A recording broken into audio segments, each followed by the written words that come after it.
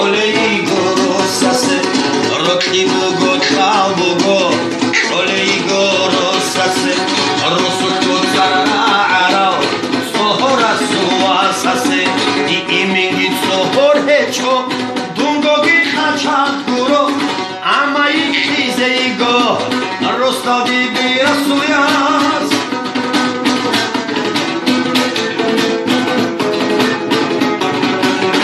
Aljananda janisan, jakaya çoniyatila, şedihu elperada, ori baktu panheçi, dirdu hadina mokhi, narakalda berhanaday, hadina b'azabaude, adajegi kanada, dirdu hadina mokhi, narakalda berhanaday, hadina b'azabaude, adajegi kanada.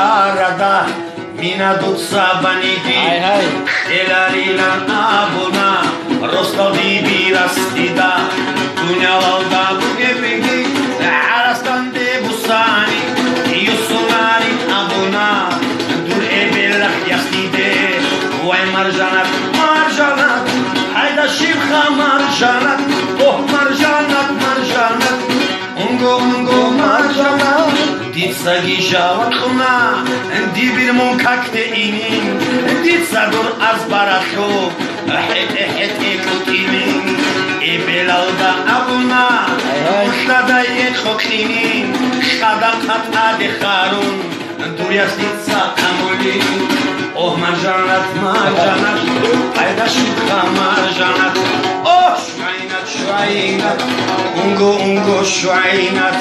Emin di biri ukana, ebeshaday ana, dun hetuk al eshwana, kutun wakana, ich adina kharana, hetuk khada katade, mushbih khale mesedo, amat uyalda yikana, tabun gordo dekana, tanshani kansana, shekhes kolle bghezadin.